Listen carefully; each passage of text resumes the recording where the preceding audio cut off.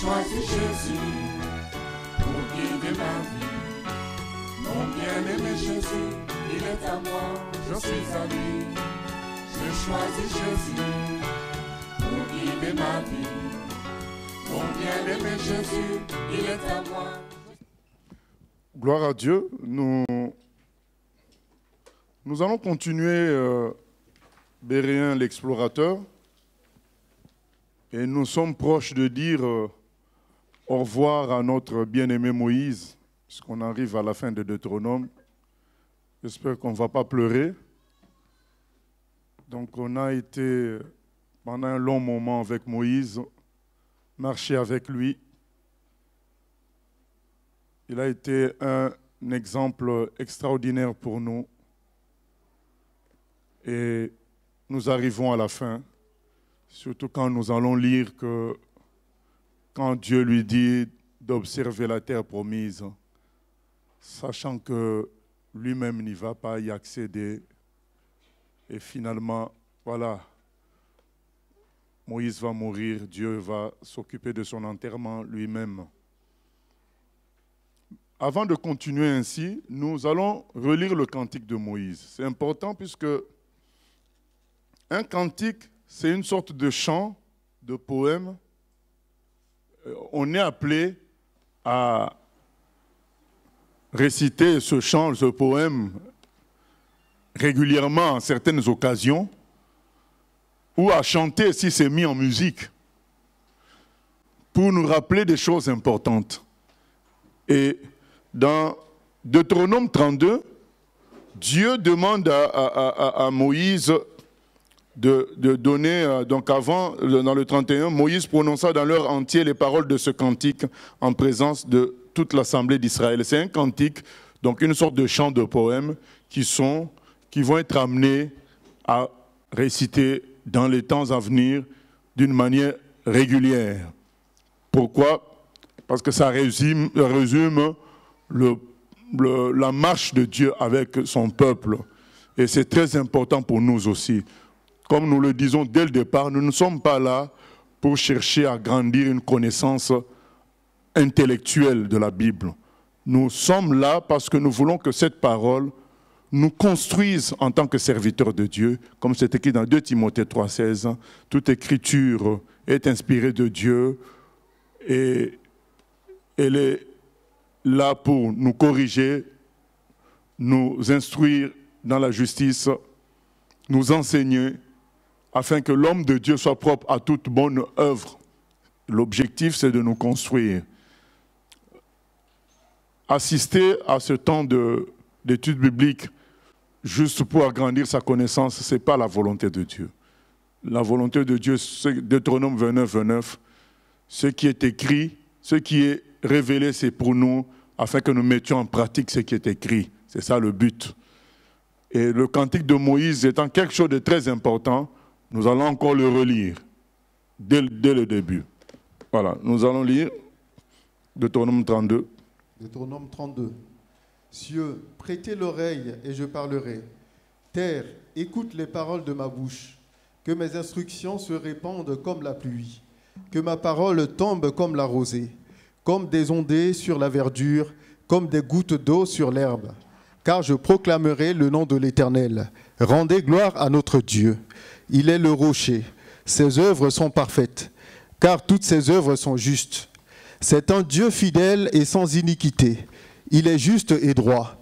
S'ils se sont corrompus, à lui n'est point la faute. La honte est à ses enfants, race fausse et perverse. Est-ce l'Éternel que vous en rendrez responsable? Voilà, premier élément très important que le Seigneur nous donne, c'est quoi? C'est qui il est. Donc à retenir fortement. Qui est Dieu? Il le dit, car je proclamerai le nom de l'Éternel. Rendez gloire à notre Dieu. Rendez gloire à notre Dieu. Il est le rocher. Ses œuvres sont parfaites. Car toutes ses voies sont justes. C'est un Dieu fidèle et sans iniquité. Première partie, ses œuvres sont parfaites. Dieu ne fait pas d'erreur. C'est quelque chose, puisque c'est un cantique, ils étaient appelés à le rechanter, à le reciter plus tard. Dieu ne fait pas d'erreur, ses œuvres sont parfaites. Et il nous est dit que la seule chose que nous pouvons faire sur Dieu, c'est lui rendre gloire. Ce n'est pas discuter, polémiquer sur ce qu'il fait, c'est lui rendre gloire. Il ne fait pas d'erreur. C'est un Dieu fidèle et sans erreur, sans iniquité. Il ne fait pas de mal. Tout est droit avec lui. Deuxième partie de cet arrêt, verset 5. S'ils se sont corrompus, à lui n'est point la faute. Ce n'est pas la faute de Dieu si quelqu'un pêche. D'ailleurs, il nous a dit cela dans Jacques. Dieu ne tente personne dans Jacques chapitre 1er. Ce n'est pas la faute de Dieu. La honte est à ses enfants, race fausse et perverse. Est-ce l'Éternel que vous en rendrez responsable, peuple insensé et dépourvu de sagesse? Dieu dit clairement que les difficultés qui nous arrivent, c'est de notre propre faute. La faute ne revient pas à lui. Lui ne fait pas d'erreur. Vous savez combien dans nos épreuves, nous manifestons comme si Dieu faisait des erreurs. Parfois, on est dans l'épreuve, on ne cherche que la solution dans l'épreuve. On ne cherche pas à saisir le message de Dieu. Quand on s'accroche, on insiste qu'à chercher la solution, ça peut être le fait que nous refusons la volonté de Dieu. On voit Jésus à Gethsémane. Il a commencé par chercher la solution. Il a dit, Père, si tu veux, enlève de moi cette épreuve. Donc il a cherché la solution. C'est normal, parce qu'on ne peut pas vous dire que qu'on soit malade ou bien qu'on ait un accident, c'est beau. On ne peut pas dire ça. Donc ça fait souffrir. Tout ce qui fait souffrir, qui peut aimer vraiment? Personne. Donc première réaction, c'est de dire, Seigneur, soulage-moi, libère-moi. Sauf vraiment des gens très très spirituels et à qui Dieu a prévenu aussi. Hein. Dieu lui dit, demain, il t'arrivera telle chose, par exemple. Et quand ça arrive, directement, il rend gloire à Dieu. Donc il y a des cas comme ça, quand on demande à la femme, Papa Géasi, comment tu vas? Il dit, tout va bien, alors que son fils venait de mourir. Donc ça peut arriver, hein, par la grâce de Dieu, comme ça, des gens, devant un malheur, directement ils répondent positivement en disant gloire à Dieu, et ils sont dans la joie. C'est exceptionnel. Donc c'est normal que nous cherchions la solution quand l'épreuve arrive. Parce qu'on ne sait pas toujours, est-ce que c'est l'épreuve, ou bien c'est un malheur qui vient de l'ennemi, ou bien voilà, ou bien c'est de notre faute. Donc c'est normal, la première réaction. Mais quand on a bien examiné les choses, ce n'est pas notre péché, ce n'est pas notre faute, ce n'est pas notre manquement. On a examiné la chose, on a prié, et ça continue. On doit se dire, tiens, est-ce que Dieu ne veut-il pas m'enseigner là? Mais quand on refuse d'ouvrir les yeux sur l'enseignement de Dieu, on n'insiste que sur la solution au problème, on est en train de dire que Dieu fait mal les choses. Or, notre vie est entre ses mains. Ça veut dire que ce qui nous arrive là, si on insiste auprès de Dieu pour nous l'enlever, quelque part, on n'est pas d'accord avec sa façon de faire avec nous. Donc faisons attention, on peut décréter Dieu menteur, décréter Dieu fautif par notre façon de chercher la solution à nos problèmes. On peut aussi, sans s'en rendre compte, c'est-à-dire on le néglige, c'est comme si ce qui nous arrive, lui il est en dehors de ça, alors que nous avons fait alliance avec lui, que notre vie est entre ses mains. On le néglige. Au lieu de dire, Seigneur, que me veux-tu? On oublie carrément que lui peut nous parler à travers ses difficultés. On insiste que sur la solution. Attention, Dieu, ses œuvres à lui sont parfaites. J'ai bien dit, bien-aimé, que ce n'est pas mauvais de chercher la solution. Mais quand on l'a fait, soyons aussi prêts en même temps à chercher le message du Seigneur. Que me veut-il? Que veut-il m'enseigner par rapport à cette épreuve que je suis en train de vivre? Ça, c'est très très important. Ça montre qu'on est attentif à Dieu plus qu'à nous-mêmes. Voilà, première leçon. Nous continuons, verset... D'ailleurs, au verset 6, avant la question, « N'est-il pas ton père, ton maître, n'est-ce pas lui qui t'a formé, qui t'a affermi ?»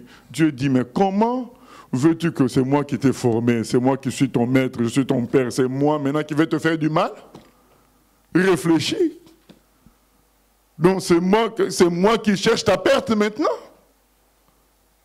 Réfléchis. Donc, quelque part, quand on insiste trop sur la solution, est-ce que, bien sûr, sans chercher la face de Dieu, sans chercher qu'est-ce que Dieu veut pour nous, est-ce qu'on n'est pas en train de rejeter Dieu? Oui. Je n'ai pas compris, pasteur, ton explication sur le fait de croire Dieu coupable en négligeant, en insistant que sur la solution. C'est-à-dire, un exemple, tu tombes malade et tu demandes à être guéri. La guérison ne vient pas et tu passes tes nuits, tes journées à prier seulement pour la guérison et tout le temps, en général, en étant mal. Donc, qu'est-ce que cela veut dire? Cela veut dire que Dieu ne veut pas ton bonheur. Parce que tu es mal dans ta peau. C'est vrai que tu pries, mais tu n'es pas bien. Tu n'es pas... et souvent même, la foi, on la perd. On prie, mais parce qu'on doit prier, mais on ne prie plus avec foi. On est plus que dans les lamentations. Alors qu'on doit faire aussi, parallèlement au fait de chercher la solution auprès de Dieu, on doit aussi être attentif à son message. Qu'est-ce qu'il veut nous dire à travers l'épreuve? Ça prouve qu'il reste au contrôle. Ça prouve que rien ne lui échappe. Ça prouve qu'il est parfait. Ce qui nous arrive n'est pas une erreur. Parce que souvent, quand on cherche la solution, c'est comme si on disait, ce qui m'arrive est une erreur, c'est pas bon, c'est pas normal, alors que dans son plan, lui, c'est une construction. Donc nous devons faire attention à notre manière de chercher la solution à notre problème. Nous devons en même temps chercher le message du Seigneur. Nous devons en même temps respecter le Seigneur. Donc il est écrit, c'est un Dieu fidèle et sans iniquité. Souvent dans notre recherche de solution, beaucoup sont tombés dans la colère contre Dieu. Ils sont tombés dans la comparaison. Ils ont dit que mais les autres sont bien, pourquoi pas moi? Ainsi de suite. Il y a beaucoup de péchés qui viennent dans les épreuves. Alors que si on est vraiment attentif, si on comprend ce qu'on vient de lire là, c'est un Dieu fidèle sans iniquité. Il est juste et droit. Ses œuvres sont parfaites. Quand on comprend ça, on se dit, tiens, puisque ses œuvres sont parfaites, il y a quelque chose que moi je dois découvrir. Pour interpréter ce que je vis comme quelque chose de parfait, c'est quelque chose que moi je dois découvrir. C'est le message que Dieu attend de moi. Mais on sait que la maladie, elle vient à cause du péché. On peut être malade, prier le Seigneur pour la guérison et se dire, bon, il ne permet pas la guérison et pas penser qu'il est coupable de quoi que ce soit. Enfin, c'est beaucoup pensent qu'il est coupable. Peut-être que ce n'est pas ton cas, mais beaucoup le pensent. Et ce qui n'est pas bon aussi, c'est rester comme ça, dire aussi, bon, la maladie, Dieu le permet, il ne veut pas la guérison pour le moment. Mais oui, mais qu'est-ce que Dieu veut m'enseigner? Parce que Dieu ne veut pas me faire souffrir. Il faut moi, c'est que là où je veux insister sur, qu'est-ce que Dieu me veut à travers ça? Parce que Dieu n'est pas là pour me faire souffrir. Ses œuvres sont parfaites. Pourquoi son œuvre-là m'apporte maintenant la souffrance? Forcément, il y a un message. Donc je ne dois pas oublier ça. Je dois chercher qu'est-ce que Dieu me veut dans cette affaire. Par exemple, pourquoi le Fils de Dieu souffre à la croix? Pour notre salut. Oui. Ah ben oui, c'est important, parce que tu vas dire, mais non, Dieu ne permet pas que je sois guéri et c'est tout. Mais non, il faut qu'il y ait quelque chose, il y a un message de Dieu. Il y a quelque chose que Dieu veut pour nous, parce que ses œuvres sont parfaites.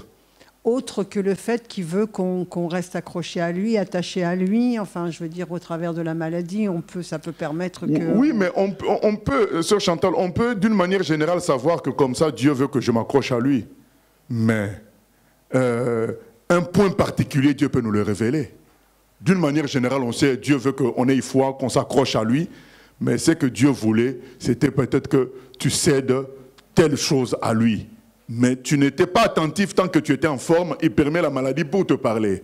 Donc, si tu restes dans le général en disant, bon, il permet ça pour qu'on l'aime, on s'accroche à lui, ce n'est pas suffisant, puisqu'on le sait dans le général. Donc, on doit dire, là, présentement, il me veut quoi? Il veut me conduire dans quoi?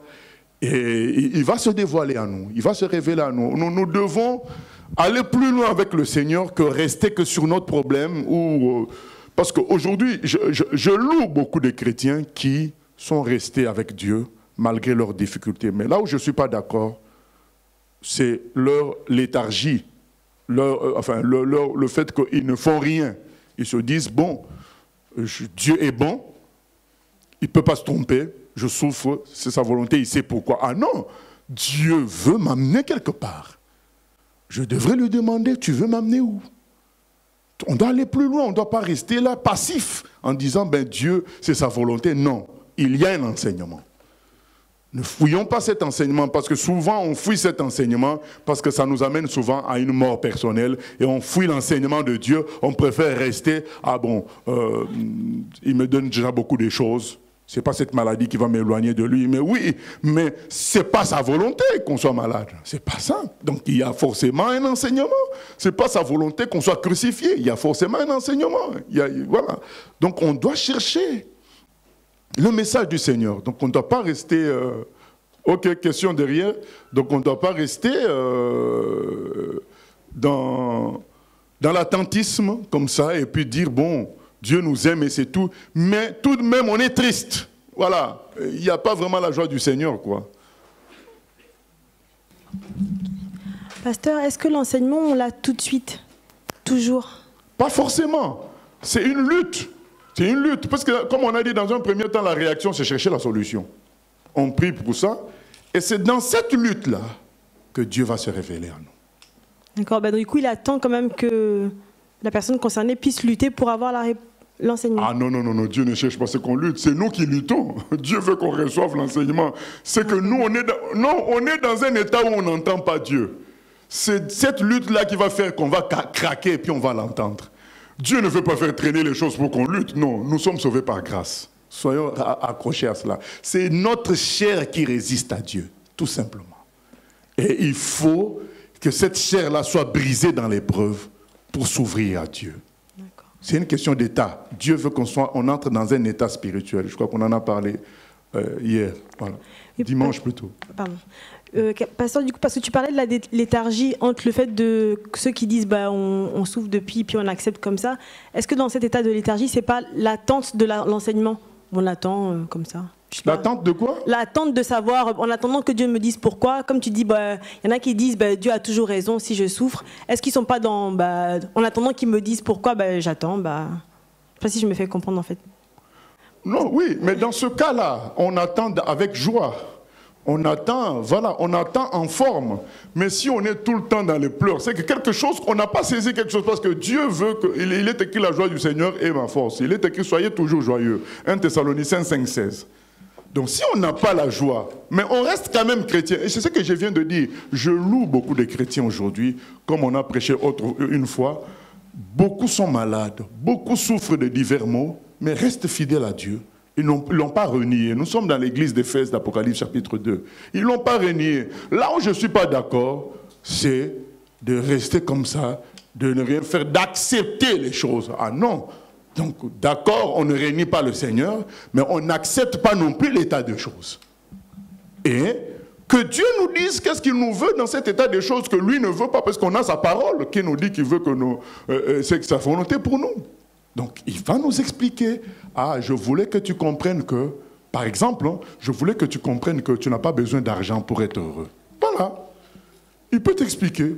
Donc, tout ce temps-là de chômage, mais c'est parce que je voulais que tu comprennes que tu n'as pas besoin d'argent. Je peux te nourrir directement. Ah, voilà, et tu es dans la joie. Désormais, tu es content, tu célèbres ton chômage. Voilà, donc le but, c'est qu'à la fin, on soit joyeux. Hein? Donc,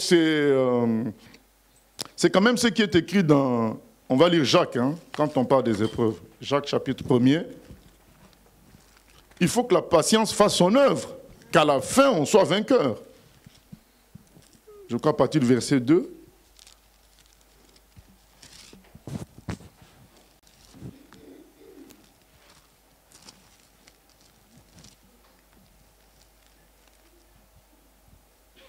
Voilà.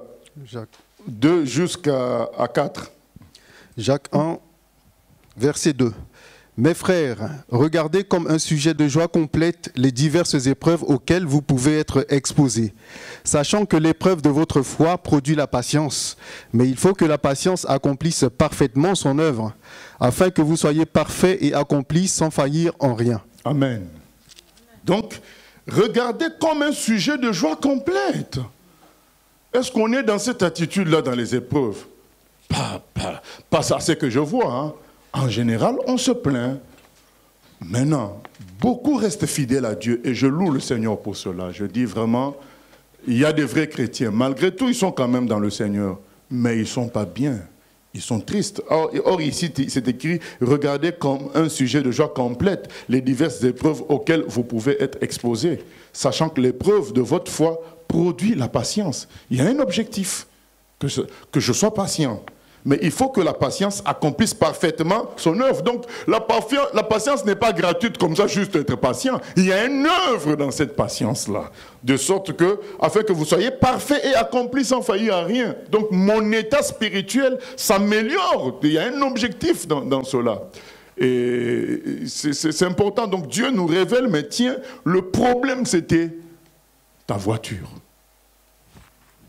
Est-ce que quelqu'un peut dire, mais qu'est-ce qu'a fait ma voiture à Dieu pour que ça fasse un accident? Et ça peut durer comme ça, 1 an de contestation. Je ne comprends pas, moi je ne suis pas attaché à ça. D'ailleurs, même beaucoup de gens disent, je ne suis pas attaché à ça. Ce n'est pas à travers ça que Dieu va me... Mais après 1 an de contestation, Dieu finit par te montrer que tu es attaché à ça.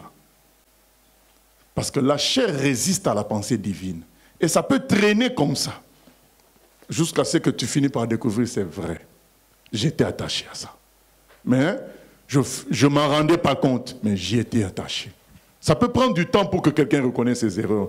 On a vu ça avec Job. Ça a mis du temps jusqu'à ce que Job reconnaisse que Dieu ne peut pas se tromper. En fait, l'enseignement que Job devait avoir, c'était que c'est Dieu qui est son sauveur. Il lui manquait cet enseignement-là. Il savait que Dieu était droit, il était bon, il savait que Dieu était juste, oui, mais il avait oublié que Dieu, il ne savait pas que Dieu était son sauveur. Du coup, quand les malheurs sont arrivés, il a dit, mais j'ai fait quoi? S'il est juste, je ne dois pas souffrir puisque moi aussi je suis juste. Et avec le temps, ça a mis du temps, oui, mais avec le temps, Dieu lui a fait comprendre que quand tu es juste, c'est moi qui suis juste en toi, ce n'est pas toi. Je suis ton sauveur. Qu'est-ce qui rend Job intègre? C'est l'Éternel, ce n'est pas Job lui-même. Et quand il comprend ça, on lui redonne tout ce qu'il avait perdu, fois, je ne sais pas combien voilà, le nombre. Il fallait qu'il capitule, qu'il comprenne que c'est Dieu qui est son sauveur. On a demandé à Corrie ten Boom, mais comment tu as fait pour tenir dans les camps de concentration allemands? C'est le journaliste qui lui demande. Et quand on dit camp de concentration, ce n'est pas nos prisons ici qui ont des télévisions. Même quand vous pouvez être 4 dans une même cellule aujourd'hui, c'est le confort. Les camps de concentration, c'est que vous êtes peut-être 100 dans une chambre, 100 dans le froid, il n'y a pas de chauffage, il n'y a pas d'intimité, il n'y a presque pas de nourriture. On vous maltraite comme des animaux. Et le journaliste lui dit, mais comment tu as fait pour tenir? Et qu'est-ce que tu as appris dans tout ça? Corrie ten Boom corrige le journaliste. Elle lui dit, vous devez poser la question autrement. Qui est-ce qui m'a tenu? C'est comme ça que vous devez poser la question. Vous voyez la différence de point de vue. Comment tu as fait pour tenir? Elle dit non, j'ai compris une chose, c'est quelqu'un d'autre qui m'a tenu. Parce que moi-même, je ne pouvais pas tenir. Donc il fallait cette épreuve-là pour qu'elle comprenne que c'est Dieu qui nous tient. Deuxième chose, elle a dit, c'était pour que je comprenne que quelle que soit la profondeur des ténèbres, la lumière de Dieu peut vaincre cela. Parce que dans ces ténèbres-là, je suis restée chrétienne à fond. Elle-même, elle ne comprend pas comment elle a pu rester chrétienne à fond dans cette configuration-là. Elle a compris que la lumière de Dieu est plus grande que les ténèbres. C'est cela. Donc, quand tu as maintenant l'explication, tu peux sourire. Tu peux chanter « Je veux te louer, Seigneur ». Oui, parce que tu as compris.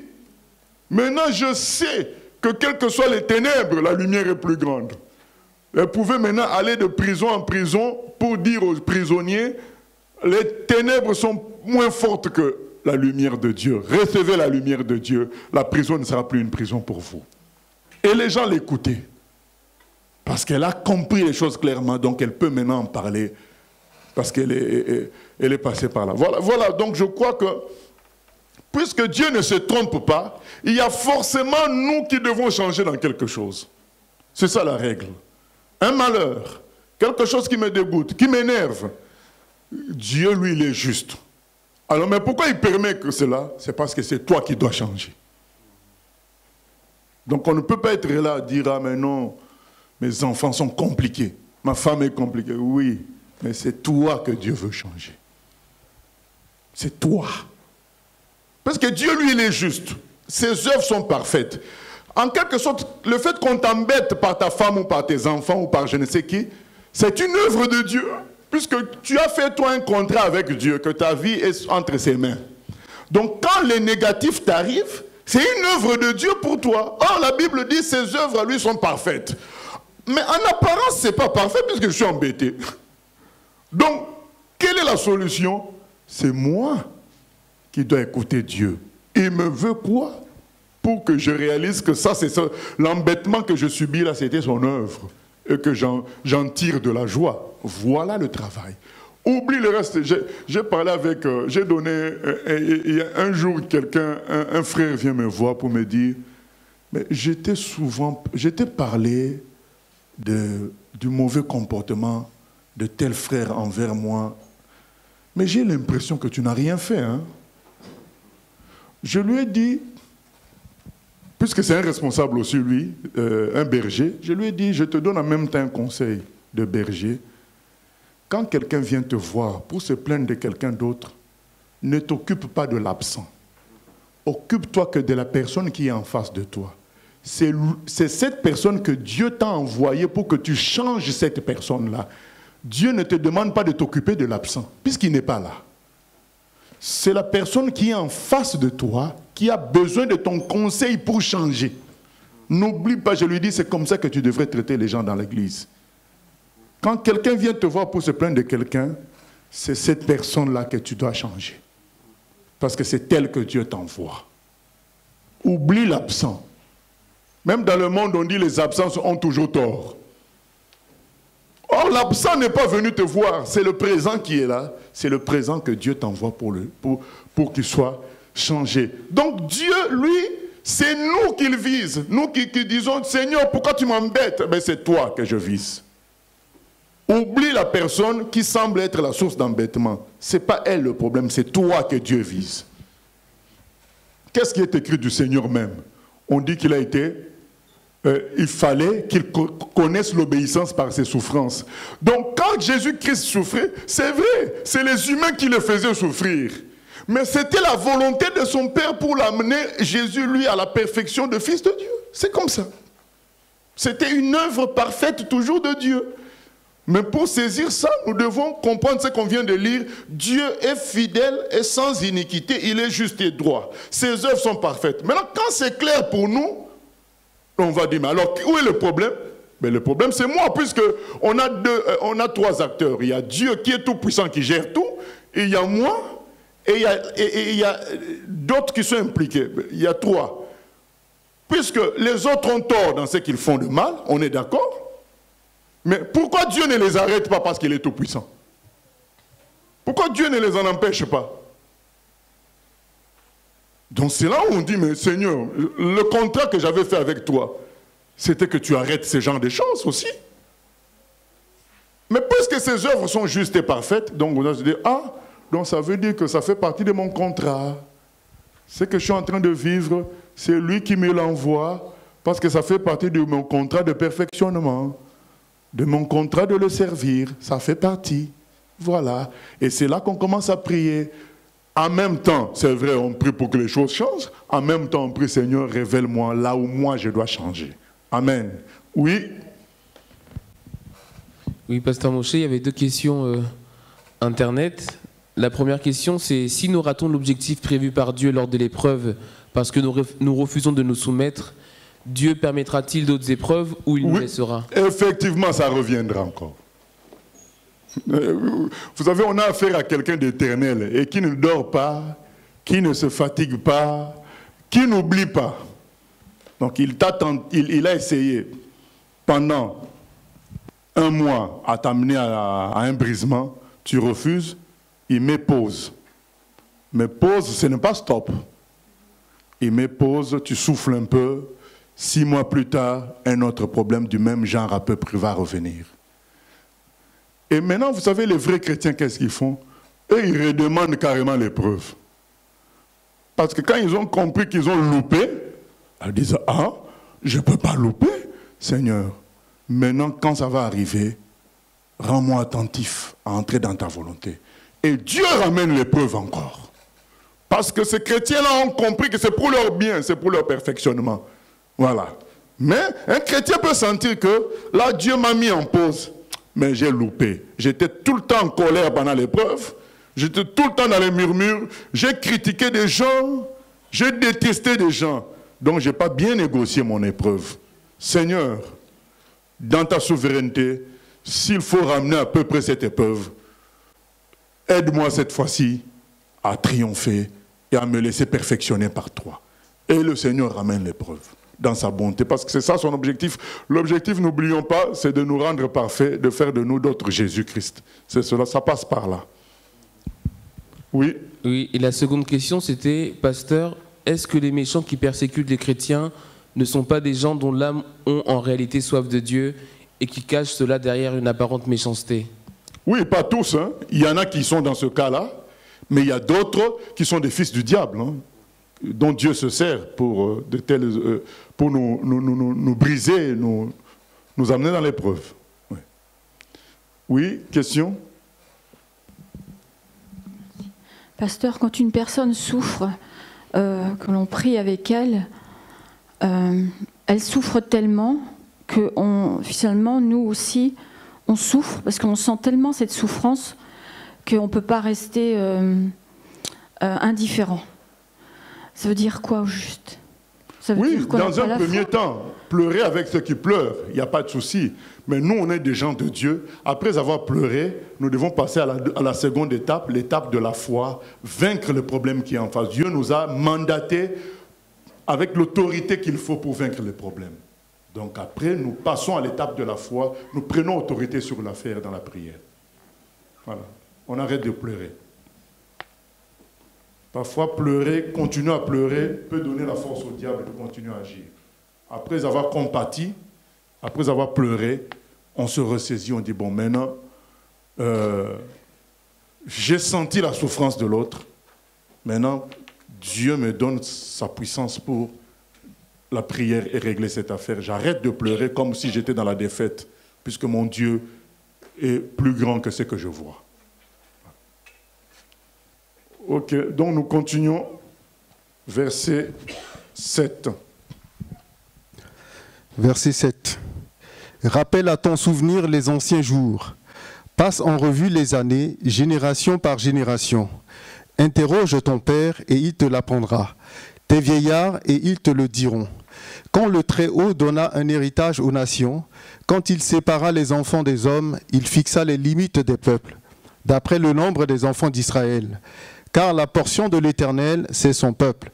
Jacob est la part de son héritage. Il l'a trouvé dans une contrée déserte, dans une solitude aux effroyables hurlements. Il l'a entouré, il en a pris soin, il l'a gardé comme la prunelle de son œil. Pareil à l'aigle qui éveille sa couvée, voltige sur ses petits, déploie ses ailes, les prend, les porte sur ses plumes. L'Éternel seul a conduit son peuple. Et il n'y avait avec lui aucun dieu étranger. Il l'a fait monter sur les hauteurs du pays, et Israël a mangé les fruits des champs. Il lui a fait sucer le miel du rocher. l'huile qui sort du rocher le plus dur, la crème des vaches et le lait des brebis, avec la graisse des agneaux, des béliers de Basan et des boucs, avec la fleur du froment, et tu as bu le sang du raisin, le vin. Voilà, là le Seigneur est en train de dire que son choix pour Israël est clair et total. Donc c'est la prunelle de ses yeux. Il a même mis les limites des autres peuples en fonction de son peuple. Voilà. Donc on ne sait pas comment, hein, mais toujours est-il que c'est en fonction du nombre des enfants d'Israël qu'il a réparti les autres peuples. Voilà. Et il dit que c'est sa portion à lui. Donc parmi tous les peuples, lui il a pris ce peuple-là comme sa part à lui. Donc c'est clair son amour pour Israël. Et il dit, d'ailleurs j'ai prouvé cela il a fait monter sur les hauteurs du pays et Israël a mangé les fruits des champs. Donc en leur donnant des victoires, de la bénédiction miraculeuse, ils ont vu la gloire de Dieu. C'est ce que le Seigneur dit, je vous ai montré ma gloire, vous avez mangé du miel, de la crème des vaches et le lait de brebis, vous avez vécu dans cette abondance-là, vous avez vu ma gloire. Mais, verset 15. Israël est devenu gras et il a regimbé. Tu es devenu gras, épais et replé. Et il a abandonné Dieu, son Créateur. Il a méprisé le rocher de son salut. Voilà. Donc là, le Seigneur nous donne le schéma de ce qui se passe toujours avec ces gens à lui. Dieu les arrache d'une situation de perdition. D'ailleurs, nous tous, on était dans la perdition. Dieu nous a arrachés de cette situation de perdition. Et il nous donne la vie éternelle. Et il nous donne sa gloire. D'une certaine manière, on devient différent des autres. On a une certaine protection. On a une certaine bénédiction. On devient différent. Mais malheureusement, dès qu'on est béni ainsi, on devient orgueilleux et on se rebelle contre Dieu. Nous, en tant que pasteurs, nous le voyons avec beaucoup de personnes au milieu de nous. Avant, quand ils n'avaient pas beaucoup d'argent, ils avaient un comportement. Et dès qu'ils ont eu de l'argent, ils ont aussi un autre comportement. Nous, on peut voir ce que Dieu dit là. Nous, on le vit. On le vit, on voit que non, mais le monsieur n'était pas comme ça avant. La sœur n'était pas comme ça avant. Depuis qu'elle s'est mariée, tout a changé. Depuis qu'elle a eu la bénédiction, c'est bon. C'est maintenant ses enfants. Il n'y a plus Dieu. On peut voir ces choses-là. Le frère, il n'était pas comme ça quand il était au chômage. Depuis qu'il a la Mercedes, depuis qu'il a je ne sais pas quelle voiture, on ne reconnaît plus la personne. Donc c'est des choses, c'est des réalités. Donc les gens peuvent avoir un état avant et après la bénédiction, ça devient d'autres personnes. C'est ce que Dieu dit. Israël est devenu gras. Il a regimbé. Vous voyez, la personne, avant, elle parlait tout le temps de Dieu. Mais depuis que son entreprise fonctionne bien, il parle que d'investissement et d'argent. L'église que nous, on a remplacée, là où il y a la cafette, c'était une église avant. Il y a un frère de l'Assemblée qui a fait son entreprise de livraison. Il commençait à un peu à voir clair. Le pasteur aussi s'est dit, pourquoi pas moi? Dans livraison, ça me permet, je suis libre, je gère mon temps. Moi aussi, je veux faire. Donc le pasteur aussi fait son entreprise de livraison. Par imitation. Et les prédications, c'était tout le temps maintenant. Dieu bénit vraiment. Hein? Dieu est bon.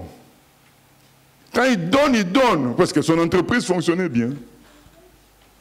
La conséquence, c'est qu'il n'y avait plus de nourriture pour les enfants. Il n'y avait plus de nourriture pour les brebis. Parce que c'était tout le temps, Dieu est bon, il bénit. J'ai maintenant un nouveau client ou je ne sais pas quoi.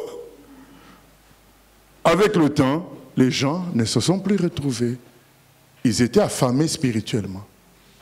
Le monsieur, il avait maintenant de l'argent, mais il n'avait plus la gloire de Dieu. C'est comme ça que l'église s'est fermée. Et il s'est empressé de nous vendre les chaises, donc on a toujours jusqu'à aujourd'hui. Donc, c'est ça la réalité. Donc, le monsieur était dans l'argent. Il ne s'est pas dit, bon, on garde les chaises, peut-être que Dieu va nous ouvrir notre porte. Rapidement, coup de fil. C'est vous qui êtes maintenant là. Bon, on est prêt à vous vendre nos chaises, il n'y a pas de souci. Hein, donc... L'argent a pris la place. la bénédiction de Dieu est devenue la chute de la personne. Et je peux vous dire que c'est le cas de beaucoup. C'est le cas de beaucoup. La personne était simple.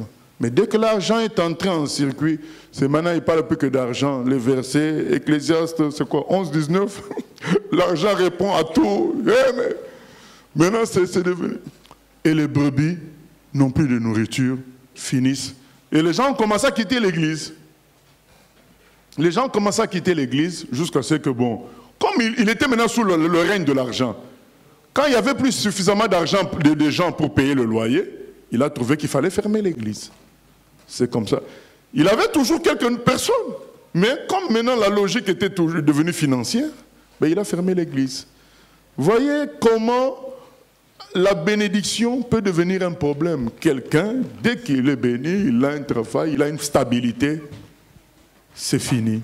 C'est maintenant, il est devenu chef, il ne veut plus écouter les prédications. Maintenant, moi aussi j'ai le Saint-Esprit. Ah bon, d'accord, il n'y a pas de souci. L'avenir nous montrera. Et c'est ce que Dieu dit là. Israël est devenu gras et il a regimbé. Tu es devenu gras, épais et replet. Et il a abandonné Dieu, son Créateur.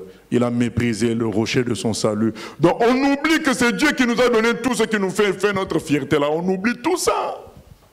On croit que c'est notre intelligence. On oublie qui on était avant. C'est ça le problème. Ok, nous continuons. Ah oui, question? Oui, encore une question Internet. Bonsoir. Le fait qu'un chrétien soit sous influence démoniaque ou sous une malédiction peut ressembler à une épreuve envoyée par le Seigneur. Comment faire la différence? J'ai pas compris. Le chrétien soit sous une malédiction. Le fait qu'un chrétien soit sous influence démoniaque ou sous une malédiction, ça peut, donc de ce que je comprends, ça peut s'apparenter à une épreuve d'après la personne envoyée par le Seigneur. Ah non, une malédiction, non. Le Seigneur à la croix a pris toutes les malédictions qui nous étaient destinées. Donc on ne doit pas accepter les malédictions sur nos vies. On doit refuser ça au nom de Jésus. Dieu nous donne l'autorité de vaincre tout cela. Donc on n'accepte pas ça. Et on n'accepte pas une action démoniaque, à moins que Dieu nous dise c'est lui qui permet. Mais tant que Dieu ne nous a pas dit ça, on refoule l'ennemi au loin. Il y a encore une autre question qui vient d'arriver. Bonsoir pasteur, il y a le verset qui dit que les bénédictions de Dieu ne se suivent d'aucun chagrin. Donc peut-on considérer que ce genre de bénédictions ne viennent pas de Dieu? Ah si, les bénédictions de Dieu ne se suivent d'aucun chagrin, ça veut dire que la bénédiction en elle-même n'a point de choses négatives par la suite. C'est pas comme, je vais donner un exemple simple, l'alcool. Ça peut avoir un bon goût au début et te créer des problèmes par la suite. Hein. Donc tu commences à dire n'importe quoi. Donc c'est la substance en elle-même qui te crée du chagrin. Alors que la bénédiction de Dieu, ce n'est pas l'enfant que Dieu te donne qui va créer le problème. C'est toi, dans la gestion de cette bénédiction, qui te crée des problèmes. Ce n'est pas la bénédiction du Seigneur. Quand le Seigneur nous donne la puissance de guérir les gens, c'est une bonne chose. En quoi guérir quelqu'un, c'est mauvais? Ça ne se suit d'aucun chagrin. Vous savez, c'est pas comme la bénédiction, par exemple, d'un prêt. Tu peux emprunter et après, ça te crée des problèmes. Au début, ça te bénit, mais après, ça te crée des problèmes dans le remboursement. Donc, ce n'est pas le cas avec Dieu. Dieu, quand il bénit, vraiment, c'est quelque chose qui est complet. Il n'y a pas de déchets, comme dans le monde. Dans le monde, tout ce qu'on prend, il y a un déchet. Mais avec Dieu, c'est complet, c'est bien ce qu'il te donne. Maintenant, c'est nous, comment nous recevons ça. C'est ça qui peut créer des chagrins. Ce n'est pas la bénédiction du Seigneur. C'est comme quand beaucoup font des contrats avec le diable pour devenir médium, devenir président, devenir grand footballeur. Oui, dans un premier temps, tu as un succès, grand chanteur, mais il y a des chagrins qui t'attendent. Ces esprits-là vont te posséder et à un moment donné, ils vont commencer à te faire souffrir. Donc mais Dieu n'est pas comme ça. Dieu, quand il te donne, c'est complet, il n'y a pas de contrepartie, il n'y a pas de coups bas en derrière, tout est bon. Maintenant, c'est notre façon de gérer ça. Et c'est ce qu'il dit, Israël est devenu gras. Il a regimbé, mais c'est la bénédiction du Seigneur, c'est le Seigneur qui lui a donné la graisse des agneaux, la crème des vaches et le lait des brebis, c'est le Seigneur qui a tout donné. Mais comment tu gères ça? Tu dois avoir de la distance par rapport à tout ça. Rester accroché au Seigneur, parce que qu'est-ce que le Seigneur dit, verset 15? Et il a abandonné Dieu, son Créateur. Il a méprisé le rocher de son salut. C'est-à-dire que la personne oublie que c'est Dieu qui lui a donné tout ce qui fait sa fierté aujourd'hui là.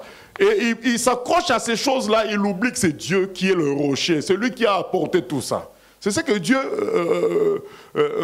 refuse. Il dit, mais comment c'est moi qui ai donné ça? Maintenant que tu as ça, tu m'oublies moi, alors que c'est moi qui ai donné ça. C'est quand même pas normal, quoi. Voilà, tu oublies mes instructions, tu oublies ma façon d'être, tu fais maintenant comme tu veux. C'est de l'ingratitude, c'est de la méchanceté, Voilà quoi. Verset 16, pardon. Verset 16. Ils ont excité sa jalousie par des dieux étrangers. Ils l'ont irrité par des abominations. Ils ont sacrifié à des idoles qui ne sont pas dieux, à des dieux qu'ils ne connaissaient point, nouveaux, venus depuis peu, et que vos pères n'avaient pas craint. Tu as abandonné le rocher qui t'a fait naître, et tu as oublié le Dieu qui t'a engendré. L'Éternel l'a vu, et il a été irrité, indigné contre ses fils et ses filles. Il a dit, je leur cacherai ma face, je verrai quelle sera leur fin. Car c'est une race perverse, ce sont des enfants infidèles. Ils ont excité ma jalousie par ce qui n'est point Dieu. Ils m'ont irrité par les vaines idoles. Et moi, j'exciterai leur jalousie par ce qui n'est point un peuple. Je les irriterai par une nation insensée. Car le feu de ma colère s'est allumé, et il brûlera jusqu'au fond du séjour des morts. Il dévorera la terre et ses produits. Il embrasera les fondements des montagnes. J'accumulerai sur eux les maux, j'épuiserai mes traits contre eux. Ils seront desséchés par la faim, consumés par la fièvre et par des maladies violentes. J'enverrai parmi eux la dent des bêtes féroces et le venin des serpents. Au dehors, on périra par l'épée, et au dedans, par d'effrayantes calamités. Il en sera du jeune homme comme de la jeune fille, de l'enfant à la mamelle comme du vieillard. Voilà ce que le Seigneur dit. Il dit, mais puisqu'il en est ainsi, ils m'ont oublié, ils m'ont abandonné. Moi, je connais certains pasteurs, certains chrétiens, quand ils ont commencé l'œuvre de Dieu, c'était la vérité, c'était la parole. Pas de collaboration avec les catholiques. Mais dès que l'église a grandi, maintenant le pasteur peut aller manger avec le maire de la ville au restaurant. Et le maire va lui glisser, vous voyez, frère, si vous voulez aller loin dans ce pays, il faut quand même respecter les traditions du pays. Le catholicisme, c'est quand même les traditions de ce pays. On ne vous demande pas de devenir catholique, c'est juste, on va faire une prière pour nos soldats qui sont partis en guerre. Donc c'est l'amour après tout, que Dieu les protège. Où est le mal que vous priez ensemble, en public? Ce sont des choses qui ouvrent des portes. Vous voulez atteindre les présidents, vous voulez atteindre tout le monde. Voilà, on vous ouvre une porte pour cela. Pourquoi faire des caprices? Voilà, le monsieur qui a fait que tu rencontres le maire? C'est Dieu. Tu oublies que c'est Dieu qui a fait que tu sois élevé au point que le maire ait envie de te rencontrer. Maintenant, on te propose que pour aller loin, il faut collaborer dans l'œcuménisme. On te dit, c'est comme ce qu'on disait par rapport à Don Moon qui est parti chanter avec, il s'appelle comment, François, c'était pour les chrétiens de l'Orient. Donc, ils sont partis faire un concert œcuménique. Don Moon, maintenant la justification c'est que non, je ne suis pas devenu catholique, je reste dans mes convictions. Mais oui, mais là, tu as chanté avec ces gens-là. Et sous l'égide, donc sous le patronage de M. François, qui est le responsable de tous les catholiques.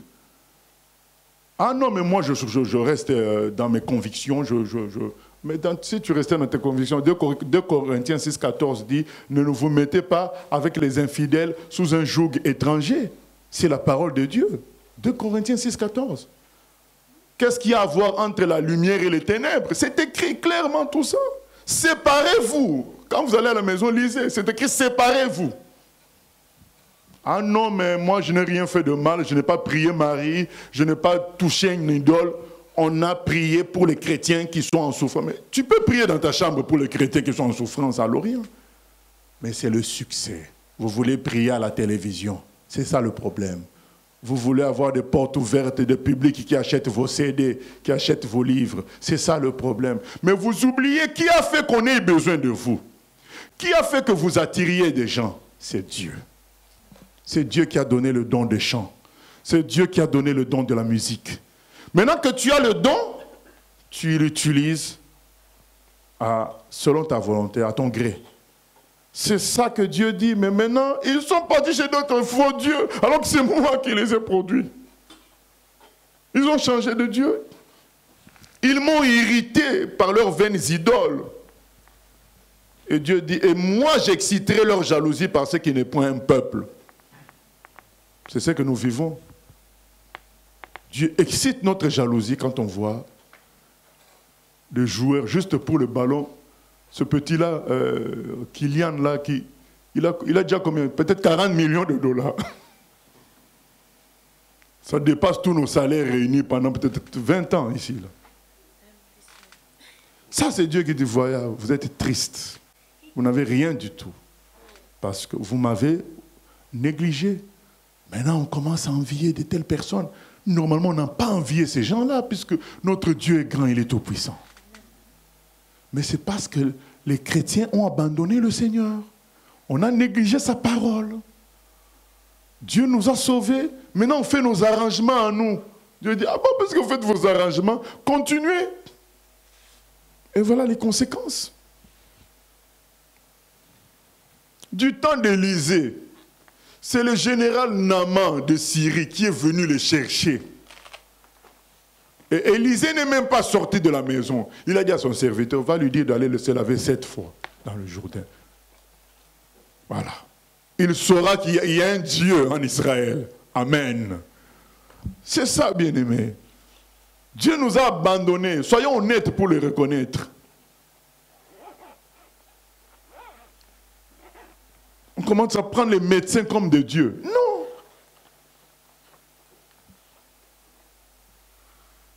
Revenons à la parole. Revenons à la vérité. Revenons à la simplicité. Revenons au fruit de l'esprit. Reconnaissons que Dieu seul est Dieu. Et dans sa simplicité de fonctionnement, nous verrons sa gloire. Ne trichons pas.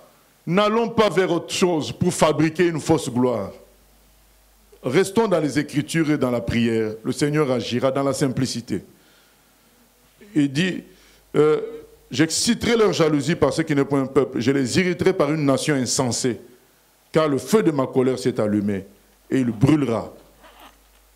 J'accumulerai sur eux les maux. J'épuiserai mes traits contre eux. Ils seront desséchés par la faim, consumés par la fièvre et par des maladies violentes.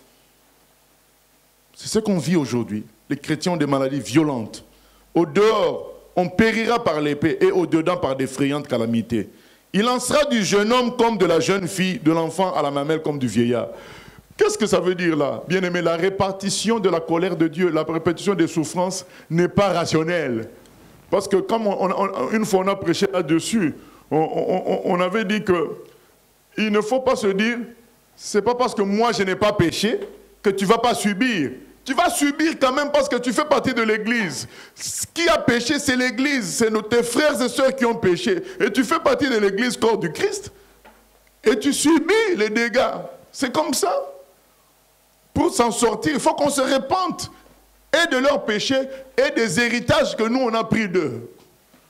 On ne peut pas dire, ah, mais moi, je me comporte bien. Pourquoi je devrais vivre ça? Oui, mais c'est ce qui est écrit là, de l'enfant à la mamelle. Qu'est-ce que l'enfant à la mamelle a fait? Rien du tout. Mais il va subir, comme le vieillard qui a fait beaucoup de mauvaises choses. On suppose. Hein? C'est cela. Quand la colère de Dieu va agir, il n'y a pas, mais ce n'est pas de ma faute. Oui, c'est vrai que ce n'est pas de ta faute, mais c'est la faute de tes frères, les chrétiens. Tu subis ça pour que toi tu te réveilles, que tu ne fasses pas comme eux, que tu te repentes pour eux et pour toi-même aussi, parce que quelque part tu as reçu quand même de ces gens-là. Voilà un peu le cycle. Nous recommençons. Je tiens à faire vraiment le résumé du cantique de Moïse. Il commence par présenter Dieu comme sans reproche, glorieux. Qu'est-ce qu'on doit faire à Dieu que lui rendre gloire? Est-ce que nous sommes contre les questions? On n'est pas contre les questions, sinon on ne ferait pas cette étude biblique. Nous ne sommes pas en train de dire qu'on dise oui, sans poser des questions à Dieu. On peut lui poser des questions. Mais, au-delà de tout ça, savoir fortement dans notre cœur que lui ne se trompe jamais. Quand je lui pose des questions, c'est pour que je comprenne moi. Ce n'est pas parce que lui, il est dans l'erreur. Dieu est infaillible, glorieux, et je dois lui rendre gloire. Si je fais des bêtises, ce n'est pas de sa faute. C'est de ma faute. Je dois chercher la faute chez moi. Et d'ailleurs, voilà, à chaque fois qu'il a béni les chrétiens, voilà où ça a fini. Voilà, il dit, mais d'ailleurs, quand je manifeste ma gloire, vous êtes bénis. Conséquence, vous devenez gras, vous devenez bien, vous devenez riche. Vous m'oubliez. Vous pensez à vos priorités, et puis le malheur vous atteint. Vous allez même chez d'autres dieux. Voilà, le Seigneur est en train de faire une sorte de répétition, d'explication de tout ce qui se répète dans la vie d'un chrétien ou d'un groupe de chrétiens. C'est toujours comme ça. On ne reconnaît pas Dieu vraiment comme celui qui ne fait pas d'erreur. On est plus dans une relation de partenaire, d'associé. Mais non, mais il faut que ça soit compris que c'est un associé qui ne se trompe jamais et qui ne fait que le bien. Et ses œuvres sont parfaites. Et c'est un associé à qui on doit rendre tout le temps gloire. Il faut que ça soit clair. Et ce n'est pas encore très clair pour beaucoup. C'est un associé qui nous envoie des épreuves pour notre perfectionnement, pour notre bien, pas pour notre souffrance. On doit chercher à chaque fois le sens de toutes ces épreuves-là, au lieu de se contenter de chercher que la solution. C'est cet associé-là que nous avons. Et il lui dit, mais oui, mais à chaque fois que je vous bénis, conséquence, vous devenez fiers et vous m'oubliez moi-même, vous allez vers de faux dieux. Et moi aussi, je me mets en colère parce que je ne peux pas accepter ça. Et moi aussi, vous avez excité ma jalousie. Moi aussi, j'excite votre jalousie en permettant que les mauvais qui sont autour de vous semblent comme bénis et vous, rien du tout. Afin de vous prendre conscience, de faire prendre conscience que votre peuple, les chrétiens, est en train de pécher contre moi. Voilà. Nous continuons, verset 26. Verset 26. Je voudrais dire, je les emporterai d'un souffle, je ferai disparaître leur mémoire d'entre les hommes. Mais je crains les insultes de l'ennemi. Je crains que leurs adversaires ne se méprennent et qu'ils ne disent « Notre main a été puissante ». Et ce n'est pas l'Éternel qui a fait toutes ces choses. C'est une nation qui a perdu le bon sens. Et il n'y a point en eux d'intelligence. S'ils étaient sages, voici ce qu'ils comprendraient. Et ils penseraient à ce qui leur arrivera. Comment un seul en poursuivrait-il 1000 et deux en mettraient-ils 10 000 en fuite? Si le rocher ne les avait pas vendus, si l'Éternel ne les avait pas livrés, car le rocher n'est pas comme notre rocher, nos ennemis en sont juges, mais leur vigne est du plan de Sodome et du terroir de Gomorrhe. Leurs raisins sont des raisins empoisonnés, leurs grappes sont amères, leur vin c'est le venin des serpents, c'est le poison cruel des aspics. Cela n'est-il pas caché près de moi? Scellé dans mes trésors. À moi la vengeance et la rétribution, quand leur pied chancellera. Car le jour de leur malheur est proche, et ce qui les attend ne tardera pas. L'Éternel jugera son peuple, mais il aura pitié de ses serviteurs, en voyant que leur force est épuisée, et qu'il n'y a plus ni esclaves ni hommes libres. Il dira, où sont leurs dieux ? Le rocher qui leur servait de refuge, c'est Dieu qui mangeait la graisse de leurs victimes, qui buvait le vin de leurs libations.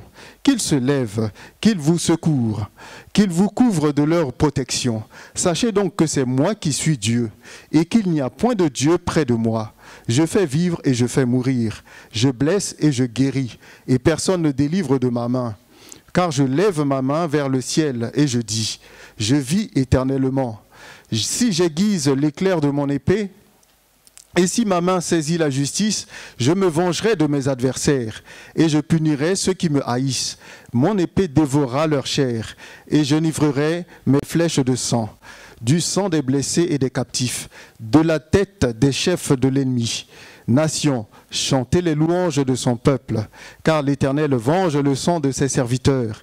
Il se venge de ses adversaires et il fait l'expiation pour son pays, pour son peuple. Amen. Il fait l'expiation pour son pays. C'est lui-même qui fait l'expiation. L'expiation, c'est quoi? C'est le fait de payer pour quelqu'un d'autre. Donc c'est lui qui fait l'expiation. Maintenant, Dieu dit, ça c'est le cantique de Moïse, il dit, bon, c'est ça le processus. Dieu bénit, les gens changent. Et Dieu les abandonne. Dieu nous abandonne. Et finalement, il commence à regarder comment les autres nous font souffrir.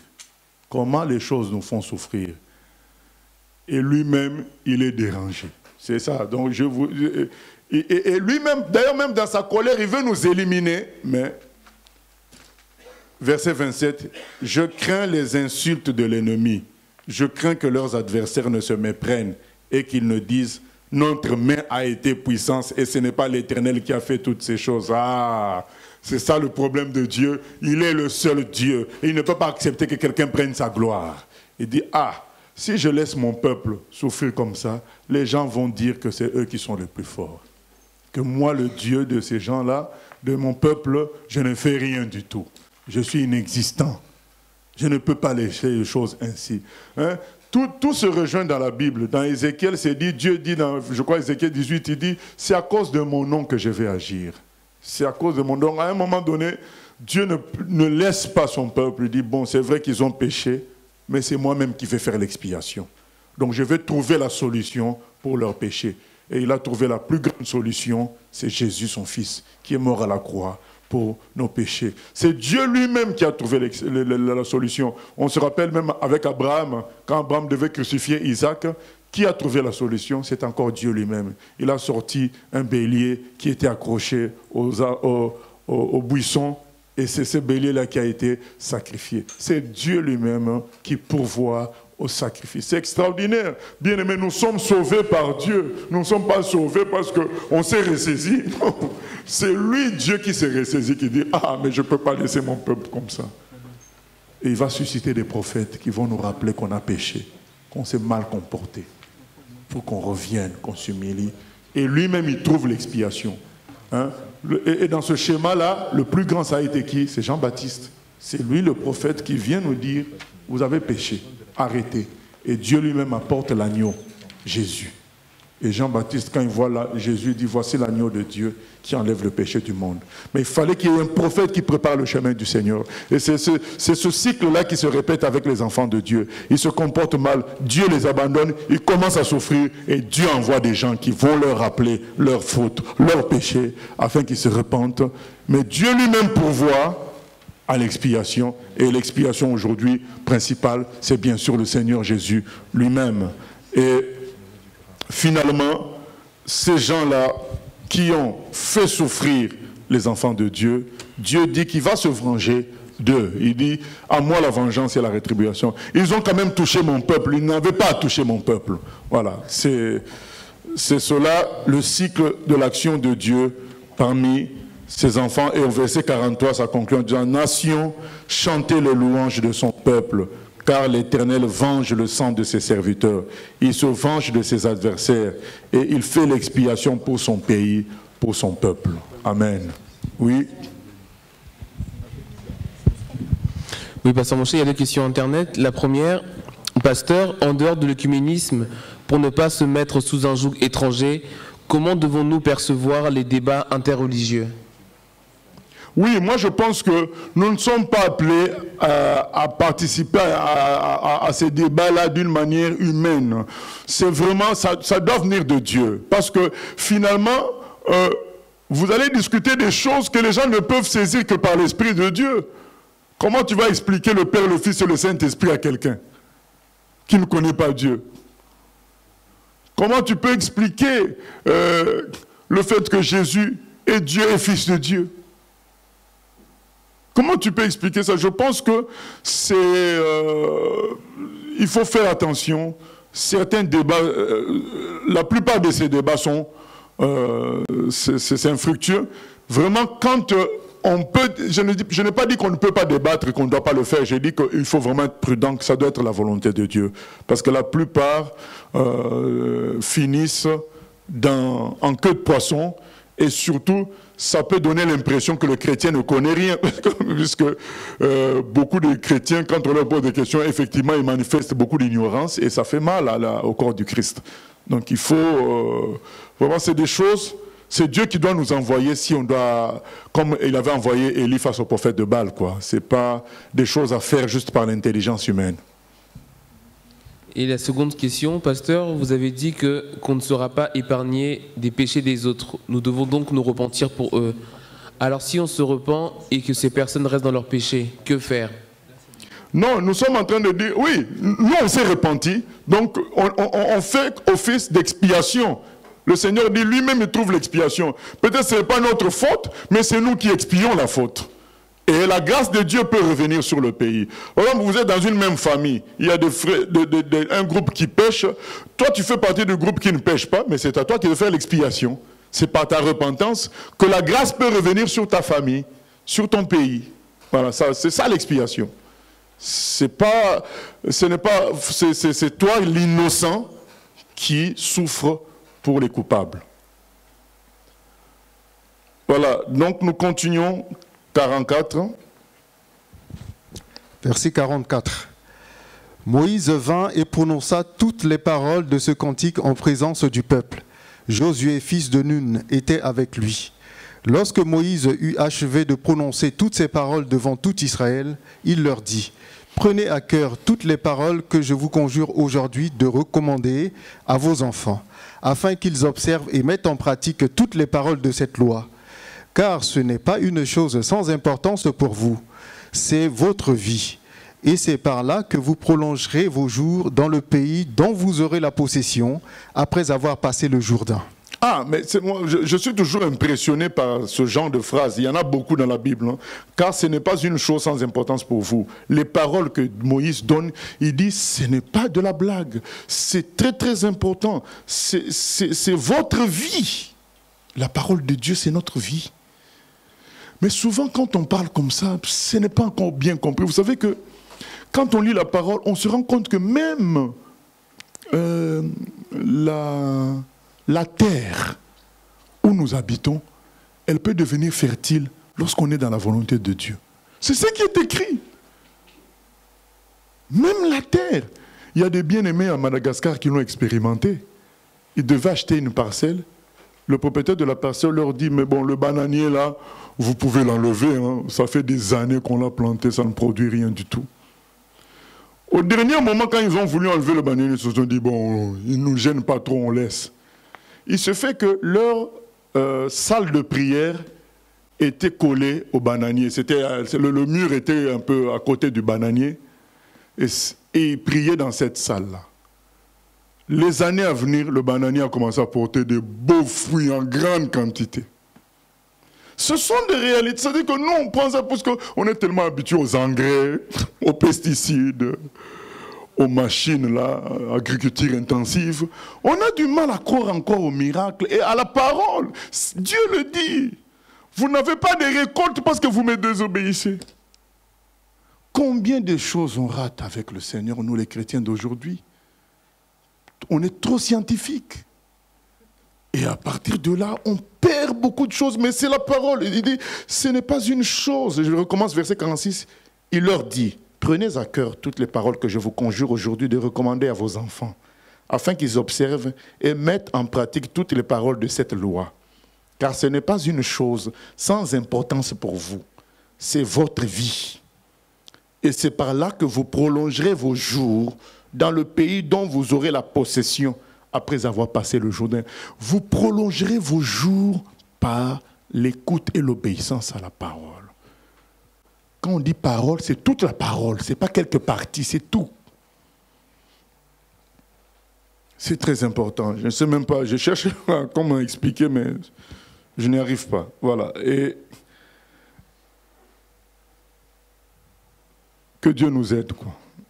Nous lisons 48 à 52. Verset 48.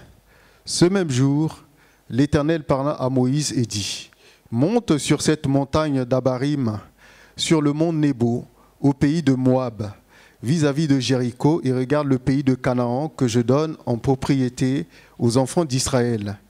Tu mourras sur la montagne où tu vas monter, et tu seras recueilli auprès de ton peuple, comme Aaron, ton frère, est mort sur la montagne de Hor et a été recueilli auprès de son peuple. Parce que vous aurez péché contre moi au milieu des enfants d'Israël, près des eaux de Mériba, à Kadès, dans le désert de Tsin, et que vous ne m'avez point sanctifié au milieu des enfants d'Israël. Tu verras le pays devant toi, mais tu n'entreras point dans le pays que je donne aux enfants d'Israël.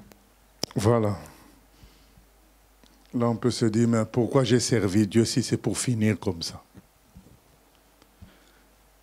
Mais Dieu connaît tout. Il connaît tout. Et moi, c'est mon avis. Je pense que si Moïse était parti, on l'aurait consacré Dieu. Et ça aurait mal fini.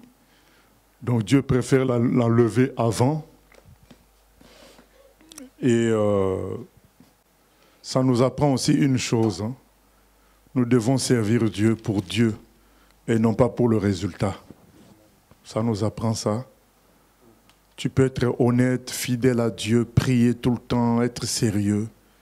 Et puis, dans ta vie, en apparence, je dis bien en apparence, produire peu de fruits. Mais, en réalité, produire beaucoup de fruits, mais que nous verrons plus tard. Vous savez, aujourd'hui, il n'y a que 2 personnes qui ont reçu la parole. C'est Moïse et Jésus. Donc Moïse, c'est un grand homme devant Dieu. Et même Moïse, au moment de la transfiguration, il y avait Élie et Moïse aux côtés de Jésus. Moïse, c'est un grand homme. Mais il n'a pas vécu la terre promise. Mais jusqu'aujourd'hui, tout ce que nous lisons là, c'est soit Moïse, c'est soit Jésus. Tout le reste, c'est des répétiteurs, des gens qui répètent. Nous, tous, quand on prêche, on ne fait que répéter ce qu'eux, ils ont dit. C'est les 2. Mais Moïse ne pouvait pas savoir que tout ce qu'il faisait, tout ce qu'il disait allait être si important aujourd'hui. Il ne pouvait pas savoir. Ça a produit beaucoup de fruits, mais lui-même n'a pas vu ça de son vivant. Servons Dieu pour Dieu, par amour, et non pas pour le résultat. Servons Dieu parce que c'est ça qui est bien. Vous savez, quand Jean-Baptiste devait baptiser Jésus, il a refusé. Jésus dit non, fais ça. Il faut faire ce qui est bien. C'est-à-dire que tu ne comprends pas pourquoi tu dois me baptiser, mais c'est ça qui est bien, c'est tout. Sers ton Dieu veut les choses ainsi, fais-le. Servons Dieu pour Dieu, pas pour le résultat. Pas parce qu'on va avoir l'argent, parce qu'on va un jour être béni. Non. Nous sommes bénis d'avoir Dieu. C'est lui notre bénédiction. Voilà. Que ça soit clair pour nous tous. C'est Dieu ta bénédiction. N'écoute pas quelqu'un qui te dit plus tard Dieu te bénira. Non, il t'a déjà béni. C'est lui-même. Il est avec toi. Maintenant tu le sers parce que tu es son ami. Tu es son serviteur. Et parce que cela est juste. Amen.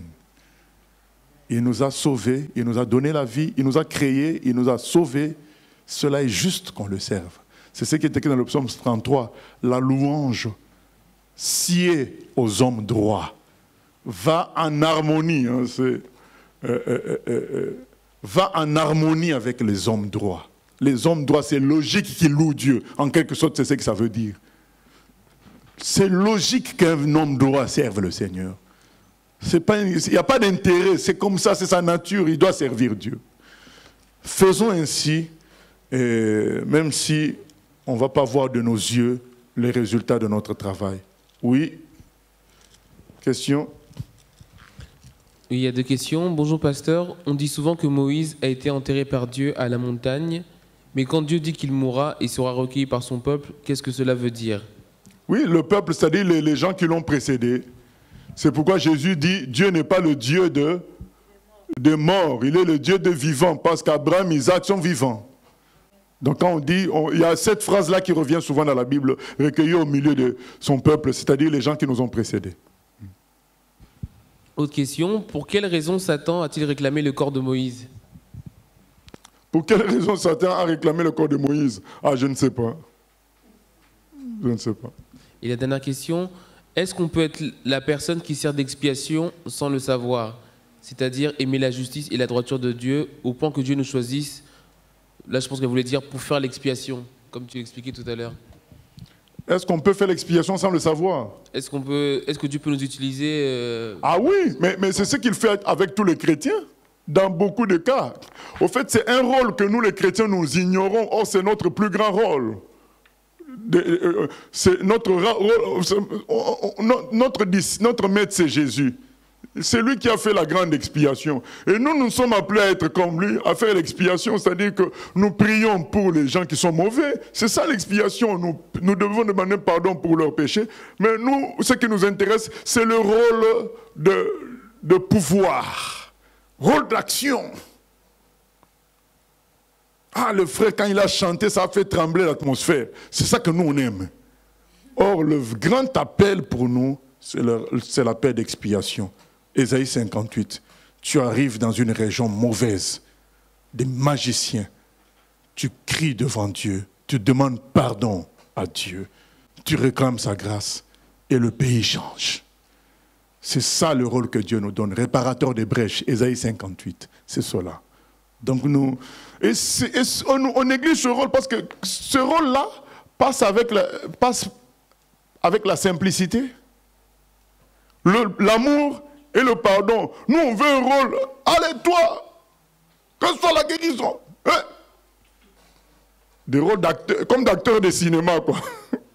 Comme de Bruce Lee, de Denzel Washington. Donc c'est ça le rôle que nous, on veut dans le Seigneur. Alors que Dieu nous appelle à jouer le rôle de sacrifice. Celui qui expie le péché du peuple, à qui Dieu va te mettre l'amour pour un peuple. Et c'est toi qui vas expier. Sachant que la vraie expiation, c'est le Seigneur qui l'a fait. Nous, notre expiation à nous, c'est la prière de repentance. C'est la prière de grâce, demander la grâce du Seigneur. Oui.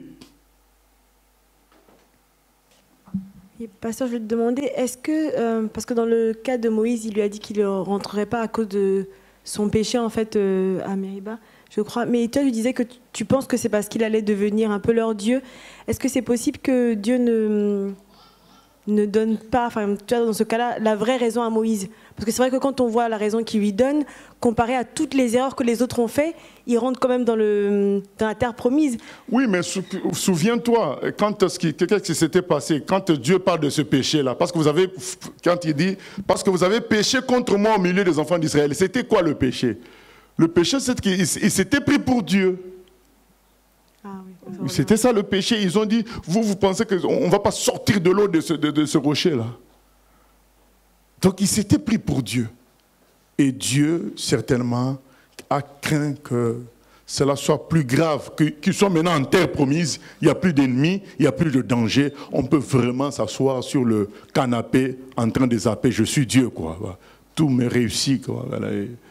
Voilà, c'est ça, quoi. Donc en fait, il lui a donné la vraie raison en lui disant ça. Non, ça c'est ma supposition. Moi je pense que la raison de Dieu c'est ça, c'est ce péché-là. Maintenant je pense que, puisque Dieu pardonne les péchés, pourquoi quand même il en tient compte jusqu'au bout?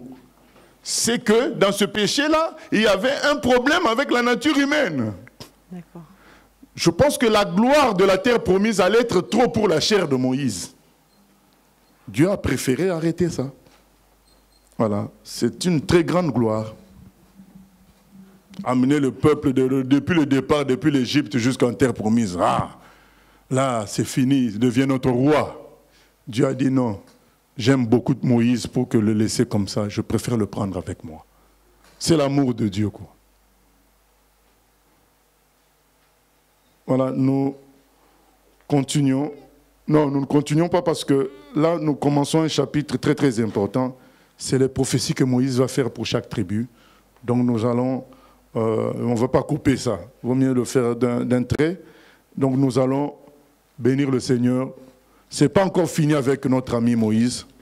Mais bon, on peut déjà bénir le Seigneur pour ce que Moïse a été pour nous et pour lui. Voilà.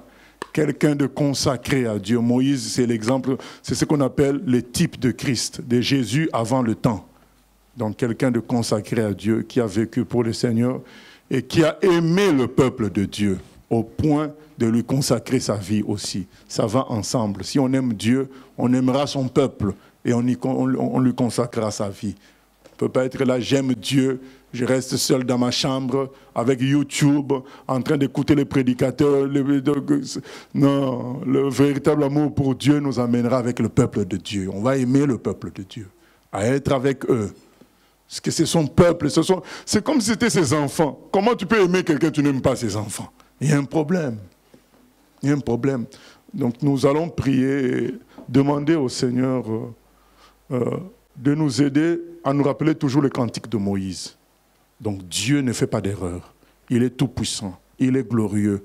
On doit lui rendre gloire. C'est tout. Et si nous faisons des bêtises, si nous arrive des malheurs, ce n'est pas sa faute. Ce n'est pas sa faute. Cherchons ailleurs, mais ce n'est pas lui. Que ça change notre façon de prier. Et parfois, c'est comme si on donnait tort à Dieu. Et deuxièmement, comprenons le cycle des enfants de Dieu. Dieu les bénit, après ils abandonnent Dieu en général. Ne soyons pas de ceux-là, prions le Seigneur. Oh Seigneur, nous venons prier pour te remercier pour le travail que tu as fait dans Moïse, qui est une bénédiction pour nous aujourd'hui. Merci Seigneur, parce que ce que tu as fait avec Moïse nous atteint aujourd'hui. Nous refusons que ce soit de la connaissance de cerveau, de la connaissance intellectuelle. Nous voulons que ce soit une vraie transformation en nous, que nous puissions être consacrés comme Moïse à ton service, consacrés comme Moïse dans l'amour pour ta parole. Seigneur, quand il dit au verset 46 et 47, il exhorte ton peuple à prendre au sérieux les paroles, parce que c'est ça leur vie, c'est ça qui va faire que leur jour soit prolongé. Seigneur, aide-nous à prendre au sérieux ta parole, Seigneur. Même si elle paraît simple, mais elle est plus riche que n'importe quelle richesse, n'importe quelle puissance sur la terre. Aide-nous à prendre au sérieux ta parole, Père éternel. Au nom de Jésus-Christ, nous venons prier aussi, Seigneur, que tu nous préserves de t'abandonner après les bénédictions. Que malgré les bénédictions, nous puissions toujours nous souvenir que c'est toi la source, c'est toi le rocher de notre salut. Merci, Seigneur, pour ta fidélité. Aide-nous, Seigneur, à ne pas aller vers d'autres dieux, à ne pas aller dans les compromis, Seigneur, à rester fidèle à ta parole. Il est le Dieu de mon salut, il est le Dieu de ma délivrance, un Dieu d'amour, un Dieu d'espérance. Alléluia, alléluia. Il est le Dieu de mon salut. Il est le Dieu de ma délivrance. Un Dieu d'amour, un Dieu d'espérance. Alléluia, alléluia. Il est le Dieu de mon salut. Il est le Dieu de ma délivrance. Un Dieu d'amour, un Dieu d'espérance. Alléluia, alléluia.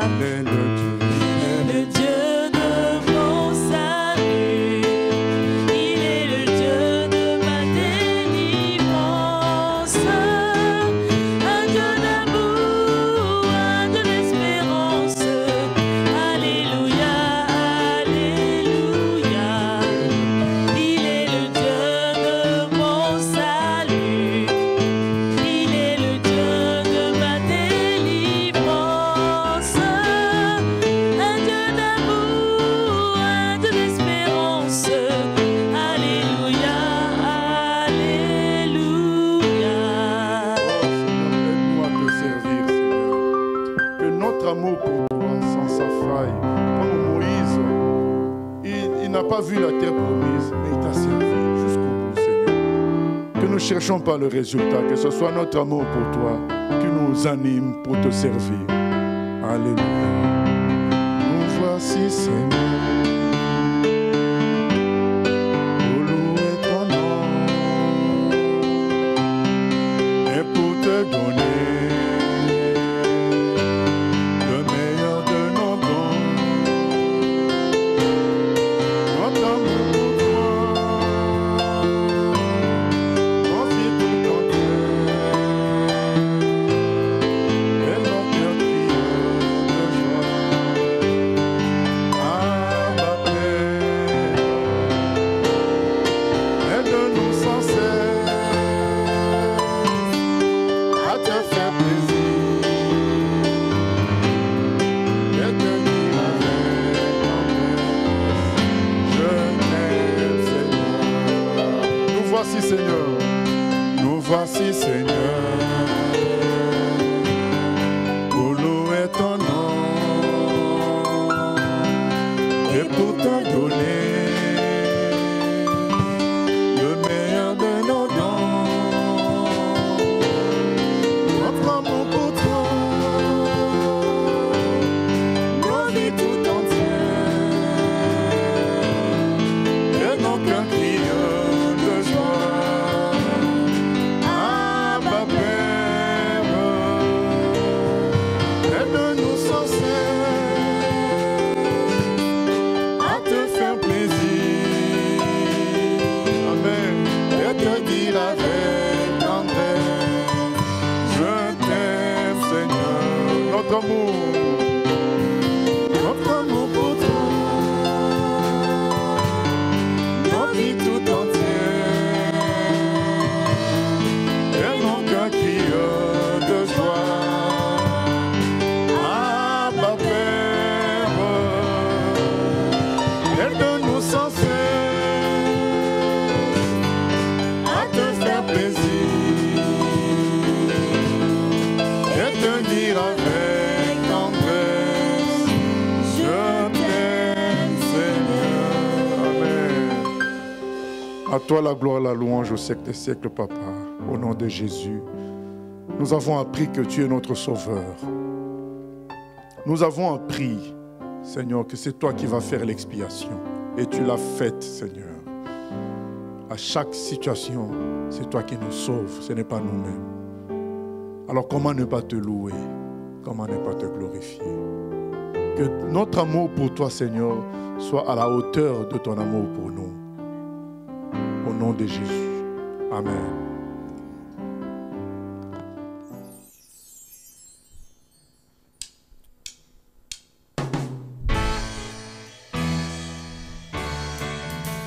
J'ai choisi Jésus pour guider ma vie.